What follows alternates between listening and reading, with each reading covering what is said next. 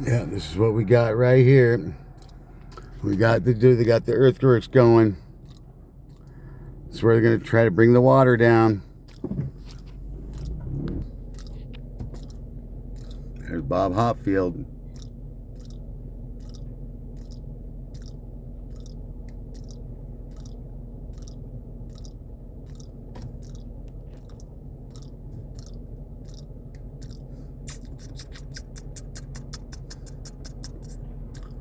Bob Hoppyfield.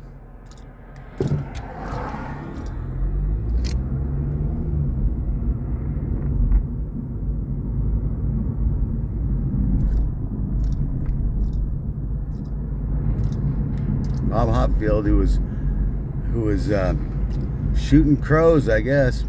So Christy was saying.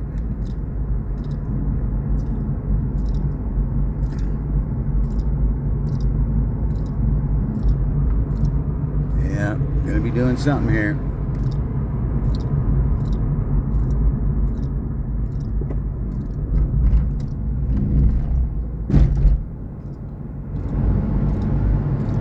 Yeah. Oh, Skagit County's got their sentries out. Dude just waiting back there until I drove by, then he's on the phone. Yep, that's how they keep track of you around here in Skagit County. Stalking, that's how they stalk you.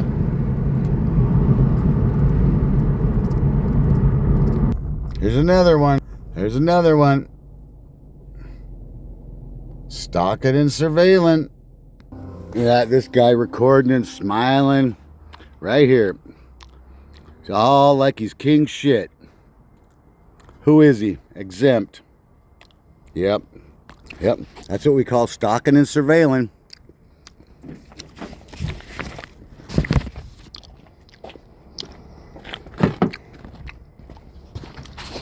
Here we go. Going in.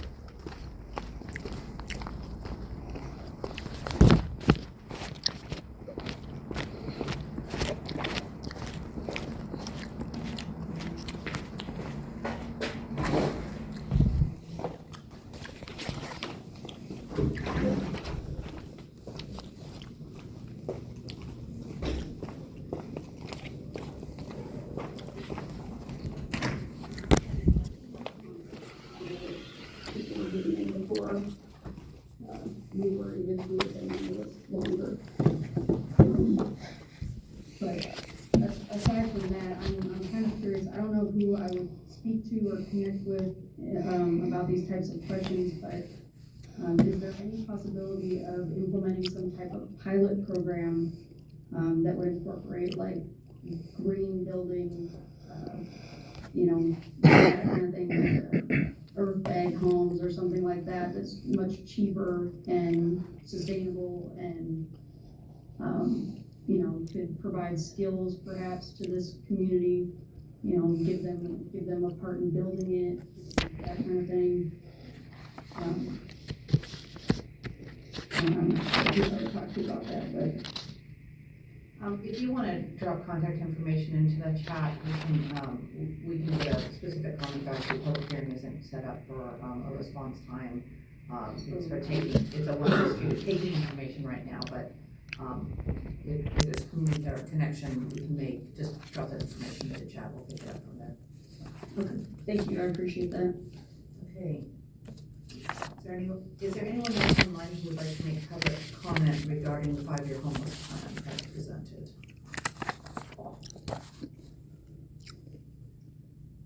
I am not seeing anyone unmute. We have another public comment period coming up at 5:30. Yes, it's 5:30 somewhere.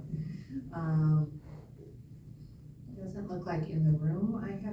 Sir, you can come forward to the podium and state your name and where you live for the record. Hello, my name is Mike Shaw. I'm a resident here in Mount Vernon. And I do want to express appreciation for the integrated outreach services that Mount Vernon's Police Department is doing. That is noteworthy. I've seen some of been part of volunteering for homeless services for many, many years. And it was in Seattle with the Roots shelter as well as street youth ministry in Seattle. And here I've been active with the First Step, with volunteering, and with Friendship House. And to see the work of the integrated outreach services in conjunction with Friendship House, connecting over with First Step, and even Schedule Welcome Center, and now Martha's Place. I'm with Koinonia Community Church, and we're very active supporting the Martha's Place outreach. And a number of the residents have made very successful transitions. And as a matter of fact, I was approached by one of our partners is Triumph, the Triumph Teen Center Outreach. We're in the same building. And I was talking with Rosa, and she's approached us about helping out with the point in time count, and we plan on doing that. I can tell you this, that in regards to drawing on community resources, I was in Texas. I've been a nursing home administrator for over 33 years. I was there whenever they had evacuations from Katrina. And what happened was there was a backlog of the evacuations. I was in Austin. You had a number of, we were waiting on FEMA, waiting on Red Cross, and while all the bureaucracy was going on, nothing was getting done. A bunch of, probably about 50 or so neighbors, we got together and we just started gathering supplies on our own. And we ended up helping thousands of people just by the community coming together. So I very much appreciate the opportunity for the community to talk here because it makes all the difference in the world. And one of the clients' missions just online about the possibility of earth bag construction. Well, that's a very cost-effective thing that could be done. You also have got the Job Corps that's at North State Hospital. Those folks, I've worked with them as far as trying to help draw their people into, when I was going to maybe hire some of their folks to come in to be cooks because they have training programs. There's building programs that maybe someone they could come in and work to help the problems that we've got. And so helping to engender the community, pulling together, makes a lot of difference. And so the more you can do to help communicate, the only reason I knew about this was because I was putting flyers out for our monthly barbecue over at the First Step. I'm like, oh, this is great. We ought to go. So anything you can think of to help connect our groups, it makes all the difference. And it really is a stone soup thing. So thank you for this. And one question I would have is, if you can think of things specifically that we could do more to help with volunteers, so I just, having a monthly barbecue, which we will do, let us know. Send it out to the church leaders, send it out to the Lions Club or Rotary. I've been involved with all of them, but let us know. And the more you connect us, the more people will help. So contact us, and thank you very much. Thank you. Is there anyone else who would like to speak to the 5-year homeless plan? Commissioners, comments? Just, thank you very much for people coming in for comments, and thank you for staff moving forward. Just to remind everybody, as on the screen there, they're still accepting comments till 4:30 tomorrow afternoon. So if you're online, please send your comments to those couple email addresses there, or give them a call and have any suggestions. So thank you very much for being here, Megan. Is that the end of the public comment session? Yeah. No, public comment, we'll have regular public comment. Okay, thank you. Sorry. That's our set 11:30. Sorry to interrupt. Thank you very much. Thank you. No, I really want to thank you. This is very organized. You guys have been so disciplined about keeping track of people, keeping track of our systems. It's been greatly improved the last couple of years. I really appreciate that. So thank you both. Yeah, agreed. I asked about that point in time count because I was contacted by Volunteers for America as to how to coordinate additional community members who might want to participate in actual count or provide some of those supplies that have been mentioned already. So I will contact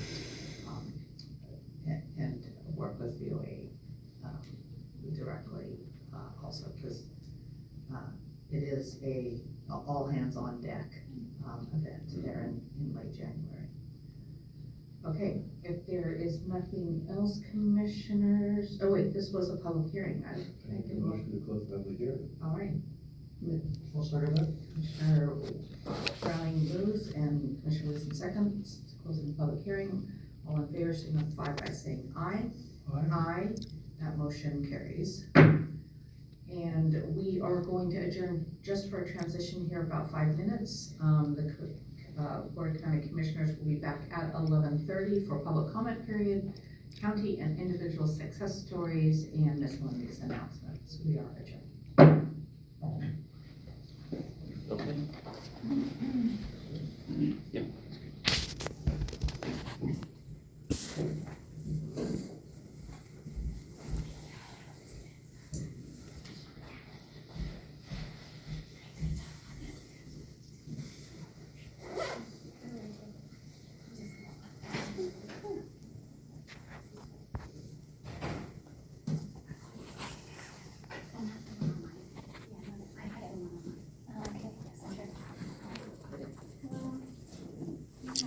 Mike, Sean.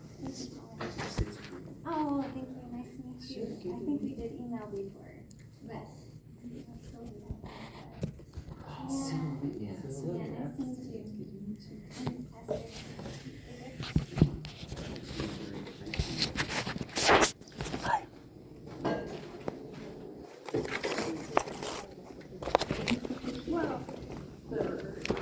Pause, I gotta run out to my car. 12 years ago, a little over 12 years ago, my wife Connie and I came to this county, and we liked it. We decided that we'd like to retire here. We got together and we put together a financial plan that we thought would really work well for a retirement. And it was a dream for us. Unfortunately, that dream isn't gonna come true. We can't afford to live here in retirement. It's too expensive. We've been very engaged with different events and the community and done a lot of things, and we love it here, but we can't live here. We had a tax assessment a couple of years ago for 17%. I just got a new one for 25%. We now have an assessment of our property over 50%, and at this rate, we're gonna double by the time we retire next year. This isn't gonna work for us, and it's not gonna work for many people. You know, it's unrealized gain. We didn't get any money for it. You know, the value went up, but we didn't get any money for it. And then we go on retirement, we're gonna be limited funds. And we can't afford this kind of taxes. It just doesn't work, and a lot of other people can't either. You know, we already have a lot of people in the hospitals. They don't need to be there. They don't have any medical issues. They are done, they have no money. And they are there and they can't be discharged because they have no place to go. I just listened to the homeless thing, you know, that's great. But this county is on the tracks for a train wreck. We can't continue this way. You know, this is not sustainable. And we're looking at our options. You know, we can downsize, but that changes our dream drastically. You know, we can continue to work, you know, but then that changes our retirement plan. We can move out of the county. We have some friends that moved to Eastern Washington. You know, that's great, but you know, it's cold over there in the winter and hot in the summer. We like it here. We really like it here, you know? So, you know, the thing is, we're gonna be double taxed on top of it. We've got increased property value, and then if we do sell, the state's gonna come in here with a tax on our capital gains. This is nuts, okay? We need a better system. One of the things about this county is we're not a big county, but we've got 7 school districts, at least 6 fire districts, 2 ports, 3 hospital districts, I don't know how many police departments, public departments, whatever. The overhead is horrendous. Why do we have that? Now, this isn't a new problem. I know that over 20 years ago, the county started a 2050 project, okay, to look at this and say, hey, this needs to be changed. And I've talked to one of the guys that was on that committee. And here we are, 25 years ago, more than 25 years, nothing's changed. And we're going in the wrong direction as a whole. We need a better way. Thank you. Thanks, Mike. Thank you. All right, message received. Next, who would like to speak next? Yeah.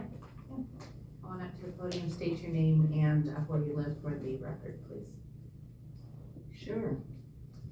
Okay, my name is Elka McCartney. I'm from Anacortes. And hi, I'm back for a second round of concerns regarding the installation of a battery energy storage system unit near Padilla Bay and in Cedar Woolley. Just for the public to know, by the way, we're not talking about small batteries in your devices or even the batteries in your electric vehicles. These lithium-ion storage systems are large. Each battery unit is shipping container size. The world's largest sites take up over 40 acres, and I think the Padilla Bay site will be about 27 acres large. And the prospect of a fire from thermal runaway is highly likely. The rushed installations of these so-called green energy units have produced dozens of fires around the country and the world. The fires are a huge challenge to put out. Most of the time they need to burn themselves out, so efforts are made to contain them. But containing the burn can lead to more explosions with ensuing shrapnel and toxic gases. Personal story, about a month ago, an emergency response network alarm went off on my phone, 3 a.m. And I thought, oh my gosh, an Amber Alert in the middle of the night?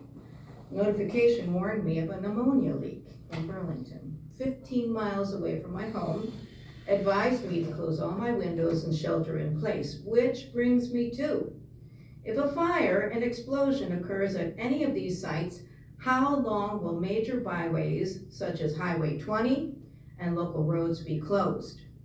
The immediate evacuation zone of Padilla Bay site alone will encompass LaConner, Burlington, Mount Vernon, Swinomish Lands, Bow, Allen, likely Anacortes. I ask you to think about this. How will we be able to evacuate if the roads leading out of the blast zones are closed? Furthermore, how many injuries for breathing in toxic air will we see? I'm talking about chemicals with reactions such as fatal if inhaled, deep skin and lung burns, eye damage, blindness, so on. I'll provide a list of these chemical side effects with this document.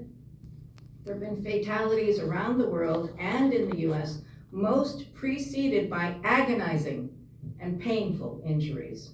If you can hear this and visualize the consequences to these installations going through, I invite you to ask the energy storage companies what actual bona fide steps will be taken to prevent all of this horror. In my hours and hours of research now, currently in 2025, there are no reasonable steps with a 100% guarantee. Is this what you truly want for our beautiful county? Ms. McCartney, thank you. Thank you so much. And since you've got it in writing, if you'd like to leave it with the clerk. I will. Copy Thank you very much for your attention. All right. Rebecca? Are you going? Thank you so much. Good morning, Rebecca Peck, Bow. I've been going to the peace rally at the Skagit County Courthouse in Mount Vernon on Fridays at noon for the past several months. For those who don't know, the 1 hour Friday at noon peace rally has been going on for decades, no matter who is president. And for decades I said I'd be going there if I ever had a chance. Usually 8 to 12 people plus or minus show up. Here's some stuff I've experienced and seen recently. Last month, I'm walking in the crosswalk with the light, holding my hand up, and a peace sign. Guy in a pickup truck is stopped at stoplight and is gonna turn. He waits until I'm 2/3 across, then he goes between me and the sidewalk, gassing it and flipping me off. Our faces are about 4 or 5 feet apart. A few minutes later, a Mount Vernon cop walked through us, the protesters, and approached the only brown protester to tell him to get on the sidewalk. The protester wasn't in traffic, was 1 foot away from the parked cars, yelling back across 3 lanes at someone that was yelling at us. Asked the cop why he did that, and he responded that we can't be obstructing traffic. Told him nobody was obstructing anything and suggested he go find some crime to fight. Made me wonder who he serves and who he protects, especially on the heels after the truck guy's illegal intimidation. 2 weeks later, another guy in another truck did the same intimidation on a crosswalk to, minus the finger, to an elderly man crossing who carried a peace sign while wearing his Veterans for Peace t-shirt. Every week, some truck driver tries to smoke us out with their exhaust. Every week, several male drivers waiting at the stoplights yell at us. Some do the cuss word laden name calling. Many others flip us off. Last week, one did the obscene finger tongue gesture, and one man did the finger gun shooting at me and a 77-year-old woman. We've heard get a job yelled by a 30-ish-year-old man to us mostly retired nurses, doctors, teachers, professionals, veterans, etc., many of whom work longer than that guy's been alive. We've been told, hope you die. One yelled, This you should guy's all a wind freak. up on the wall and shot. This guy needs to go. Of course, a lot of people honk, wave to a peace sign in support of peace. Some people walking by thank us for being there. Some even tell us we are brave to be there. That always baffles me, because why should it take bravery to advocate for peace in downtown Mount Vernon? You have no idea how angry I am. How effing angry I am that it is now dangerous to make a peace sign. And how sad, deeply sad I am about that fact. You are all cordially invited to join the peace rally Fridays noon at the county courthouse, though it may not be as peaceful as it should be.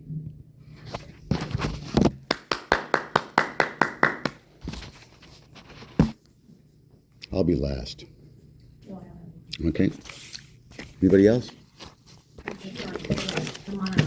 We've got folks online who are waiting for, I'm sorry?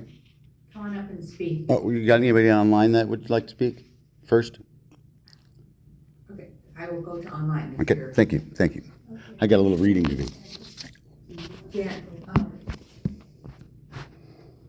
Jan Edelstein, you can go ahead and, you've got 3 minutes. Thank you, I'm just trying to get on the video. Thank you. Good morning, Jan Edelstein, Big Lake. I want to talk about the update to the critical areas ordinances and the staff responses to the comments I and others have submitted, urging you all to protect all critical areas. I went away for some reason. All critical areas from all offsite impacts of new development, not just to those within 200 to 300 feet of the project. I've been using stormwater as an example. Repeatedly, staff has told us not to worry. 200 feet is far enough to look for adverse impacts because the stormwater code protects water quality of critical areas that are beyond 200 feet from the project. A week ago, I asked your staff to tell me specifically where in the code does it require the applicant for a new project to provide a professional opinion regarding impact of its stormwater pollutants on the receiving body of water. To date, I've had no response. I can assure you that the answer is not in Ecology Stormwater Manual. The manual is very specific. On page 150, it explains that it is not listed You wouldn't hold this and record me while I'm up there, would you? as one of the 9 minimum requirements to be covered in the applicant's stormwater site plan, and it explains why. I've shared that with your staff. Going on in the manual, the college does advocate, however, for local governments to adopt development regulations to require this tax site water quality impact information, looking for a distance up to 1 mile. And quote, ecology considers adoption of these regulations to be in the best interest of the general public and the environment. So I ask you, on what basis does the staff reject ecology's advice to local governments to look 1 mile downstream for off-site water quality impacts? Now, Skagit has a number of lakes suffering poor water quality, resulting in major algae blooms, and we're all learning it's driven by high phosphorus, and phosphorus is one of the things that comes down in stormwater with sediment and other sources. According to ecology, polluted stormwater runoff is the leading pollution threat to our lakes, rivers, and streams. Fixing the critical areas ordinance, as ecology recommends, is a no-cost step the county can take today to help protect the lakes from new sources of pollution. Treatment of algae blooms is futile if new phosphorus sources are allowed to add even more pollution. The cost of acquiring the water quality impact information is clearly on the applicant. It's a cost of doing business. The only burden on the county is to read the report from the applicant's certified professional, looking for the conclusion that the proposed stormwater discharge will not harm the function and value of any affected critical area within 1 mile. If that opinion does not exist, then county staff simply sends the applicant back to its design team to try again. Please fix the ordinance, protect all critical areas from all off-site impacts of new development. And I submit to you that this is required in order to have your act be consistent with the Growth Management Act, or comply with the Growth Management Act, and in fact be consistent with the comprehensive plan. Thank you very much. Thank you.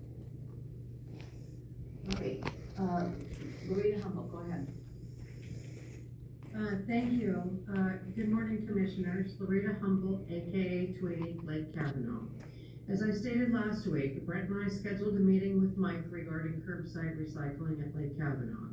Our meeting brought up several interesting points and questions.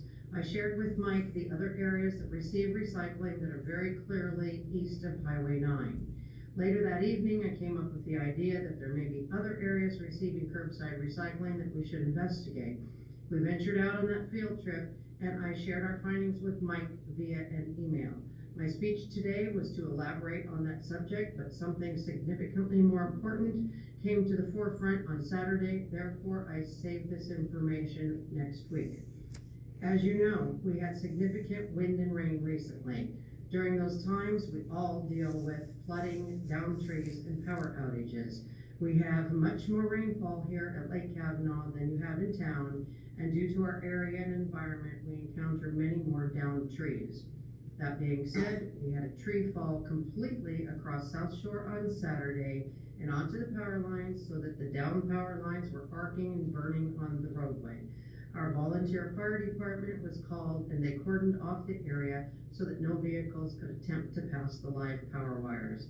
Many vehicles came to this area and were not able to go home because they live on the other side of the downed tree and wires, including myself. If North Shore were open, we would have easily gotten home. So here we are heading home from town with our groceries, some of which are frozen, or our warm takeout food, or our hungry, screaming children, or our senior citizens who are frequent peers. You see where I'm going with this. So since North Shore is not available as an alternate route, we try to find a neighbor's home to hang out at and invade their space unannounced? Do we have any idea or concept of length of time as to when the road will be open? Do we wait in the line of parked cars breathing in blustery weather? Do we drive around, meaning back on Lake Kavanaugh Road, Grandstone, Highway 9, 530, up Oso Road on the treacherous gravel logging road? That route would take at least an hour. What do you want us to do? It's starting to feel like our community is not on your radar, as this is not in your backyard, nor is it your plight. All that being said, I was with a group of people returning from a seminar and was stuck in the disaster. Me, the person that's been fighting weekly for over 4 years to restore North Shore as our alternative route.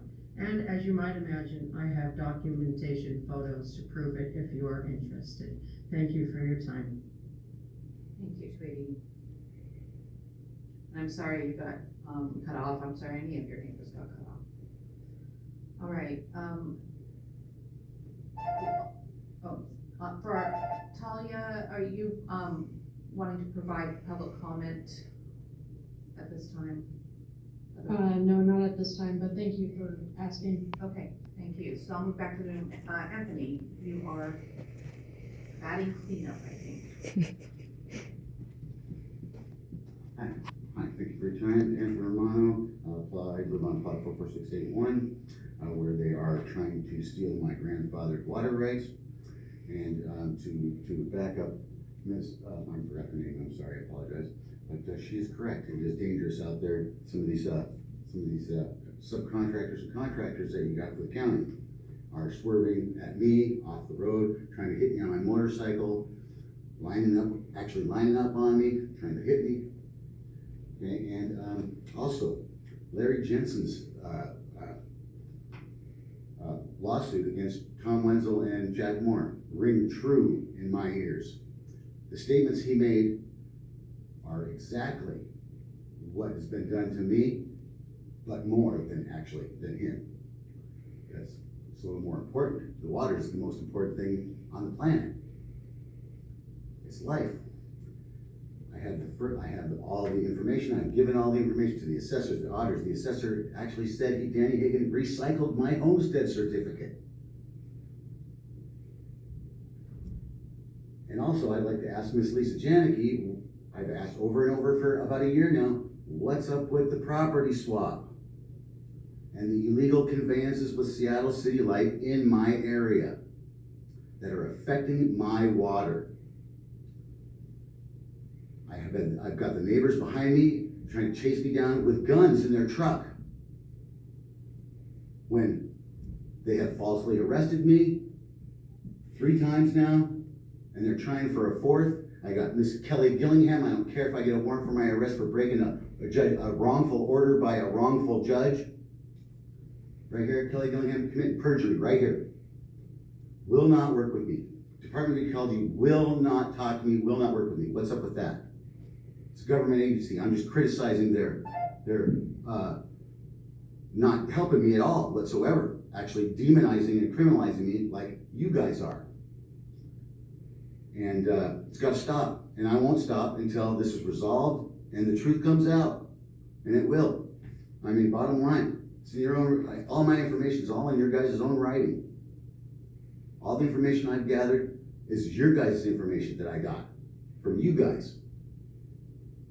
And they're trying to say I'm crazy. They use DSHS they're using DSHS, by the way, and the cops to demonize people unstable or violent, when I've never touched anybody, never in any way whatsoever threatened anybody but with a lawsuit, which is legal. And I'm threatening you right now with a lawsuit. And it will come. And you guys need to cease and desist and tell all your subcontractors and all your family members to quit it, because you guys are off the hook. Skagit County is off the hook, unlawful and illegal, doing tons of illegal, gross things to people, destroying their lives. I came up here to retire. I got 2 broken shoulders. Like, I'm going to be out threatening people. I'm almost 60 years old. I'm going to be out, ruining my life and spend my retirement money on frivolous court crap and allegations. Thank you very much. Thank you for your time. Mr. Romano. All right, commissioners. Commissioner Brown, do you have anything? Thank you so much. Yeah, last week I was with a really good group, the Swiss group, and for those of you who don't know, that's the Skagit, Whatcom Island, San Juan, and Snohomish County group. Snohomish likes to be listed first. No, intentionally. It's a 5-county group. And the beauty of this is, in this area, all 5 counties really work well together. But our frustration right now is the Medicare, Medicaid reductions. That as 5 counties, we're really concerned about our ability to, all of us, open and make successful our centers, like our STAR Center, which is so critical to the mental health of this county and the substance use disorder of this county. It's going to be it's voluntary. It's not an independent voluntary.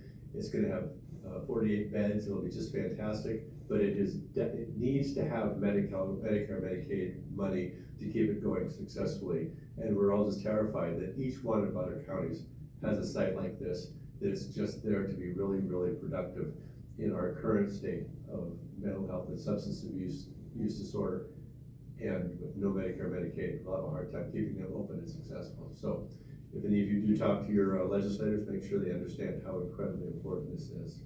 And with that, I will. Okay, great. As Mr. Janicki mentioned, today is election day, so you want to make sure everybody gets out there and fills out their ballot and get it in the drop box. You cannot put it in the post office because it has to be postmarked today, unless you get it stamped in the post office. But don't just put it in the mailbox. We have the drop boxes all over. Strongly encourage everybody. It was a very low turnout so far, so we want to make sure people elect the candidates that are running this time. Last week we had a meeting out at the Connor, community meeting, just discussed different issues that are going on with different department heads and elected officials. So I appreciate everybody came out to that.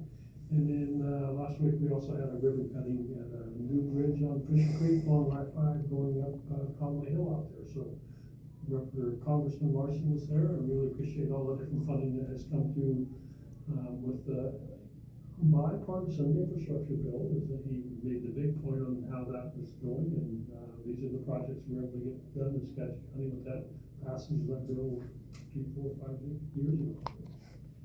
That's about it. Thank you. Well, it's wonderful when Congressman Larson comes in as president in our community. He's on the transportation committee, and where I said I'm so happy to hear bipartisan in any kind of a sentence that comes out of particularly Washington D.C. And he came up after me and said, well, Commissioner might be happy about bipartisan. I'm really happy about infrastructure. So between the two of us, we very supportive of the project. Development. And he is that bipartisan infrastructure bill. The build grants are expiring. He actually thinks they're going to get that renewed, but hopefully they get government reopened before time expires. May I ask what? The other thing I wanted to just mention is I'd like to point out that the county commissioners, due to the timing of business, often have to sign letters that are outside the cycle of being able to do it on camera. We submitted a letter of support on Halloween on Friday, October 31st, to the Board of Natural Resources. That's chaired by Commissioner Updegrove. They're the ones who are responsible for the trust lands in our state, and Skagit County and a number of our junior taxing districts, like the school districts, are beneficiaries. There were 2 timber sales on the list that are in Skagit County, fairly modest sized timber sales, and we did ask the Board of Natural Resources to vote yes on that. That meeting was this morning, and so that's why we had to do that on Friday to get that out on time. So with that, commissioners, May I ask one question? we can talk after I adjourn. Okay, thank you. Sorry.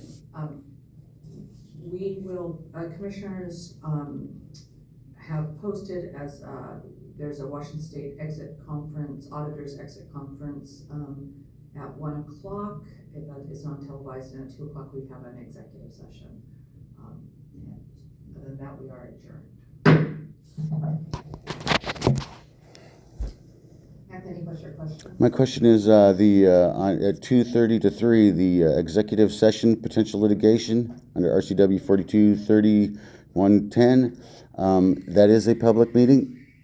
It says right underneath it, call to public meeting. Is that correct? The process for that is we convene a public meeting. That part is true, but only the lawyers and the staff that is relevant to the topic for that are in the meeting. Okay. Is there by chance anything to do with my property or my area in that meeting? I can't talk about the topics of a executive session. That's the whole idea of an executive. Okay, I understand. No decisions are made in executive session, and so generally have the executive session discuss different items, and then we have to make decisions in public. So it's anything we do is in public. Okay, because I'm just really interested in what that session is and how I could get information about it. We're will be convening with lawyers, and so there is no. I understand. I understand. And then I did see in our email summary today that you're requesting a list of contacts that I've had with the Department of Ecology over the last 30 days. Yep, and the Attorney Generals. What's that? And the Attorney Generals. Yeah, so that'll be a short list, but we will be responsive to that because I have not had any contact with either Ecology or the Attorney General. How about John Rose? I have not contacted John Rose. Okay. Well, what about his using 5 water reviews under Bert Hoff's name that didn't even own the property, and the 5 water reviews that they put the properties on are the ones that are attacking me? Anthony, thanks for coming in today. No, no answers. Yep, like always.